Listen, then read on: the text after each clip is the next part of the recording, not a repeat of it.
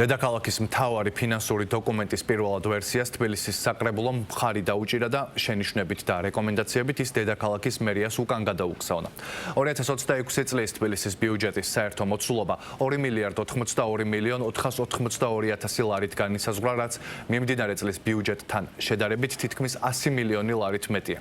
წინა წლების მსგავსად თბილისის მერიისთვის მთავარი პრიორიტეტს ჯანდაცვის და სოციალური პროგრამების, სატრანსპორტო და ინფრასტრუქტურული პროექტების დაფინანსება წარმოადგენს. საკრებულოს ოპოზიციონერ დეპუტატებს მიაჩნიათ, რომ მომდევნო წლის ბიუჯეტი სოციალური პრობლემების მოგვარებაზე არ არის ორიენტირებული და ბიუჯეტზე მსჯელობის დროს ლელო ძლიერმა საქართველოს საკუთარი ინიციატივები წარმოადგინა. მართლ გუნდში განმარტავენ, რომ მთლიანი ბიუჯეტის 28% სწორედ სოციალური და ჯანდაცვის პროგრამების დაფინანსებას მოხმარდება.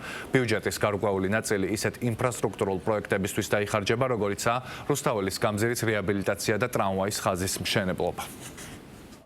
თერათა ძალიან გამიხარდა, რომ 30 მილიონი ჩაიდო ტრამვაის ხაზის გაკეთებაში. ეგრეთ წოდებული ლარი და 70. იცით ეს ერთი დღის კვება სასადილოებში, უფასო სასადილოებში. ხალხი მაინც არ დადისო და მარტო პულს იღებს. ორი ვარიანტია, თუ არ დადის, ესე იგი არ ჭირდება. რატომ ხარჯავთ პულს? და მეორე, ესე იგი ან მეორე მომენტია, რომ ისეთი საჭმელი რომ იმის ჭამა არ შეიძლება და მარტო პულს იღებენ.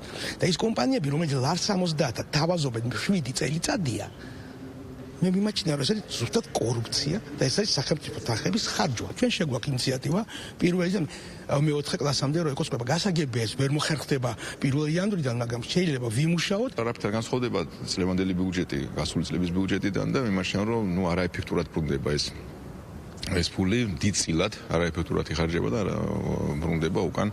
მით უმეტეს სოციალურად შეჭირებული ადამიანების მხრივ ეს ტრანსპორტის სუბსიდირება იქნება, თუ ეს რაიმე სხვა სუბსიდიები იქნება. მე შევცვლიდი იმას, რომ სინამდვილეში შევამცირებდი ბიუჯეტს, შევამცირებდი გადასახადებს და უფრო მეტ ფულს დაუტოვებდი ადამიანებს ჯიბეში, რომ მათ თვითონ განკარგონ თავიანთი თანხები. პროექტები, რომელიც იყო გაჟღერებული და დაპირებული ჩვენი მოქალაქეებისთვის, ყველანაირად გაკეთდება იმისათვის, რომ მომდევნო 4 წლის განმავლობაში ბიუჯეტის და ფიქსირდება ფაქტია. დღეს ჩვენ განვიხილეთ ბიუჯეტი, რომელიც წინა წელთან შედარებით 100 მილიონით არის გაზრდილი. მთლიანად ბიუჯეტი არის სოციალურად ძალიან გამართული, იმიტომ რომ იქიდან დაწყებული ტრანსპორტით დაწყებული, რომელიც სუბსიდირებულია ფაქტობრივად და ბიუჯეტის ძალიან დიდი ნაწილი მიყვანს, სწორედ ეს არის სოციალური პროექტი.